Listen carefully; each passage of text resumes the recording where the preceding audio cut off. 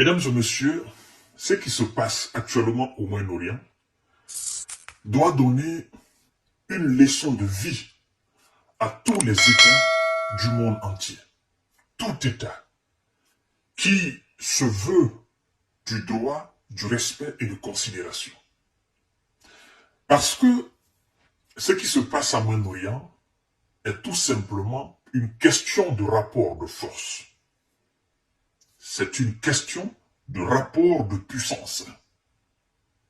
Parce que je sais consciencieusement, et vous savez aussi pertinemment, qu'un État qui n'a pas les moyens sécuritaires, surtout sécuritaires, qui n'a pas l'audace, ne peut pas se permettre de faire ce que l'Iran a fait.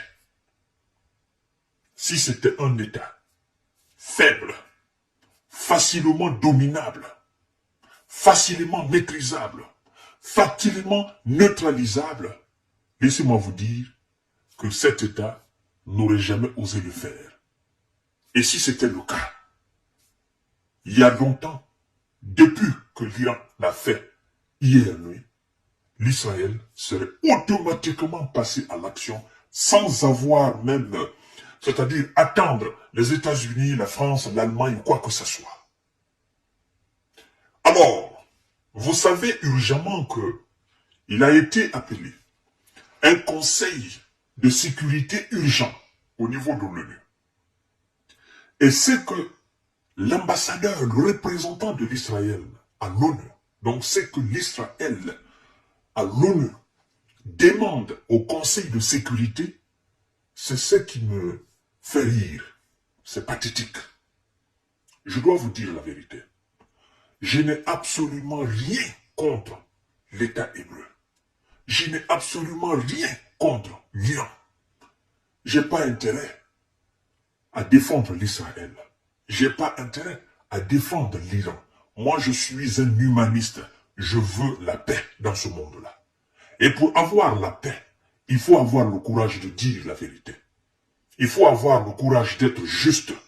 Parce que si nous voulons établir la paix dans ce monde, il faut qu'elle soit établie sur la justice, l'égalité.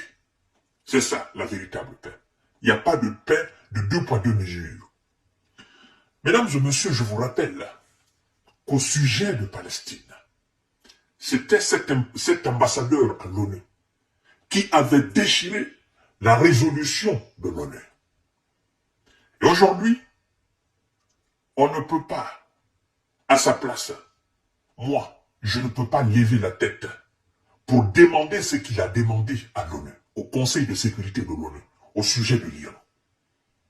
Lui qui a ici humilié le secrétaire général de l'ONU, Antonio Guterres, parce que lorsque vous déchirez la résolution de l'ONU, vous sous-estimez, vous piétinez la dignité de l'ONU. Et donc, son secrétaire général, son représentant légal. C'est celui-là, aujourd'hui, qui demande au même secrétaire, au même conseil de sécurité de l'ONU, de faire quelque chose contre l'Iran. Mais avant tout, partagez cette vidéo. C'est pathétique, mais tout le monde saura la vérité. Mesdames et messieurs, on nous dit, on nous informe que lors d'un conseil de sécurité convoqué en urgence ce dimanche 14 avril, après donc les actions iraniennes sans précédent contre Israël, l'État hébreu a demandé les sanctions, n'est-ce pas, quand Téhéran a invoqué son droit d'autodéfense. Donc, l'Israël demande toutes les sanctions du monde entier contre l'Iran. Et l'Iran met sur la table son droit d'autodéfense. Nous allons dans les profondeurs. Partagez la vidéo dans tous les groupes possibles. L'ambassadeur israélien à l'ONU a appelé ce dimanche 14 avril le Conseil de sécurité à imposer toutes les sanctions possibles contre l'Iran, après l'opération sans précédent, n'est-ce pas, contre Israël. Le Conseil doit agir, à lancer, n'est-ce pas, Gilad Erdan. C'est lui, c'est son nom. C'est lui. C'est lui qui a alors déchiré la résolution de l'ONU. Oui, au sujet de la Palestine. C'est lui. Ça fait le tour du monde. Il a affaibli le pouvoir même d'Anthony Guterres. C'est-à-dire qu'il a pris cette résolution, il a considéré comme un papier de toilette, comme un torchon. Et le monde entier a vu cela. Les gens se sont demandé qu'est-ce que l'ONU allait faire contre l'Israël. Quelle réaction, quelle disposition, quelle alors décision l'ONU allait prendre contre l'Israël et donc contre son ambassadeur. C'est resté comme ça. Aujourd'hui, nous sommes dans une autre situation où l'ONU, il est demandé à l'ONU de faire quelque chose. Et c'est là, l'ONU va rappeler à ce monsieur, oui, à cet ambassadeur israélien, que oui, les enfants savent courir, mais ils ne savent pas danser. Ici, tu nous as humiliés. Et aujourd'hui, tu nous demandes toutes les sanctions contre l'Iran. C'est aujourd'hui que tu nous demandes cela. Aujourd'hui, tu nous considères.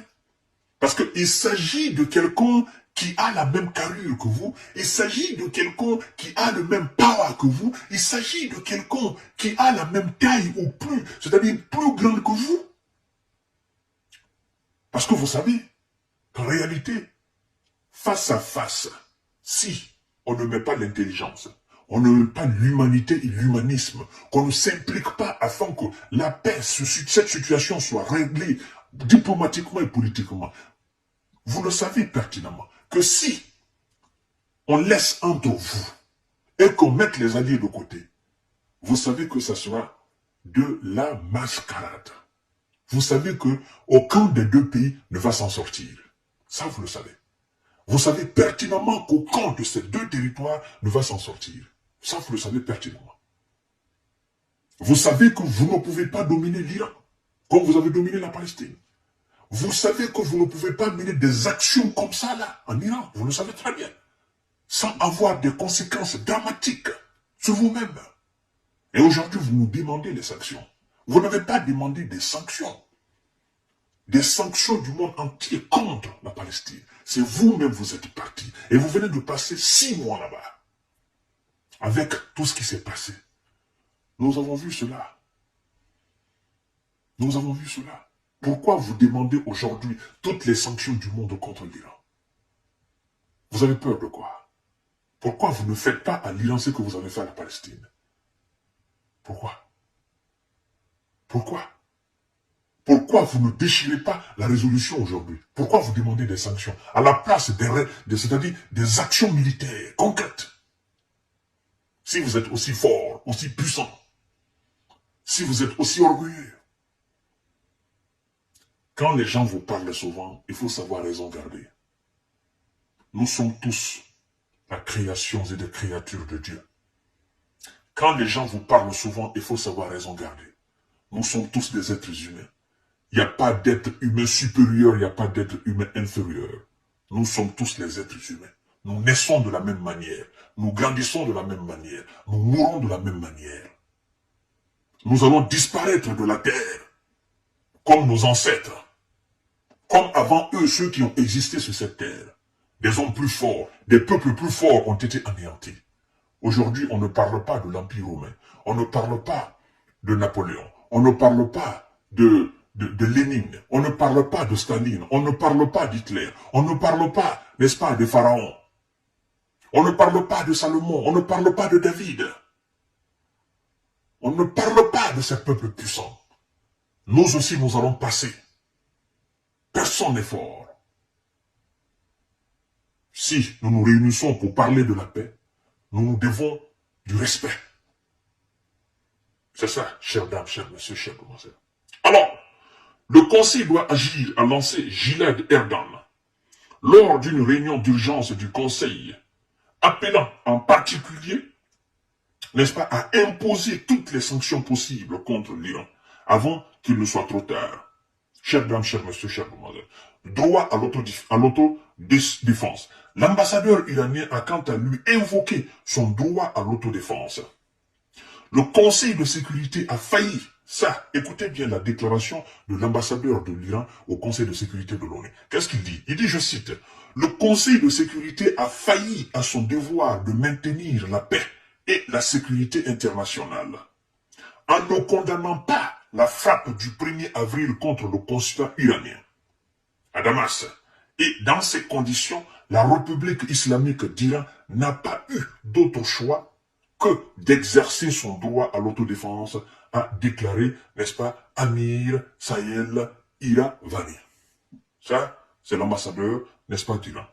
Il a également assuré que Téhéran ne voulait pas d'escalade, mais répondrait à toute menace ou agression. Fin de citation. Quand il dit, le Conseil de sécurité a failli à son devoir. Le 1er avril, le Conseil de sécurité était au courant. Le Conseil de sécurité n'a pas appelé un conseil d'urgence. Du 1er, nous sommes quand aujourd'hui, 14. Ça n'a pas été appelé à l'ONU. On n'a pas demandé de sanctionner ceux qui ont commis cette attaque contre le consulat, n'est-ce pas, d'Iran en Syrie. Vous voyez? Vous savez, il arrivera un moment où le monde va dissoudre l'ONU. L'ONU ne va pas exister. Parce que si les responsables de cette organisation ne prennent pas leurs responsabilités pour être impartiaux, afin de départir impartialement les gens dans les conflits de ce monde, que ce soit occidentaux ou pas occidentaux, mais de trancher réellement ce qui doit être fait sans parti pris, le Conseil de sécurité n'aura pas de respect. L'ONU n'aura pas de respect. Nous sommes dans un monde évolutif. Oui, c'est la même chose qui se passe en Ukraine. Je ne cesse de le répéter chaque fois. Mais, comme les gens pensent que, oui, l'Occident, ils ne comprennent pas. Le monde est en train de basculer. Le monde est en train de changer. Et l'Occident ne veut pas l'admettre. C'est ça en fait. Nous tentons vers la création d'un nouveau monde. Un monde où il n'y aura pas, n'est-ce pas, de power qui va dominer tout le monde. Ça sera un monde double, avec des institutions doubles. Ouais, un monde multipolaire, comme les Russes aiment le dire. Mesdames et messieurs, voici ce qui s'est passé au niveau du Conseil de sécurité.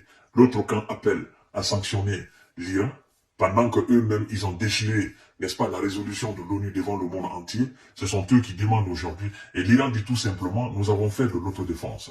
Et ça, c'est notre devoir le plus absolu. Comme d'autres ont fait valoir aussi, autant, que l'Israël était dans son droit de se défendre. L'autodéfense. Vous voyez? Les mêmes qui disaient par le passé que l'Israël était dans son droit de se défendre, c'est les mêmes qui condamnent aujourd'hui, n'est-ce pas, l'Iran. Le monde voit, le monde n'est pas bête, le monde écoute. Tout se passe devant le monde. Et le monde vous regarde, le monde rigole.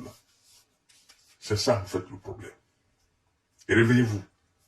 Parce que vous êtes encore au siècle dernier. Les pratiques du siècle dernier, ça c'est fini, ça c'est révolu. Partagez cette émission pour la paix du monde. Abonnez-vous sur cette page et activez la cloche de notification.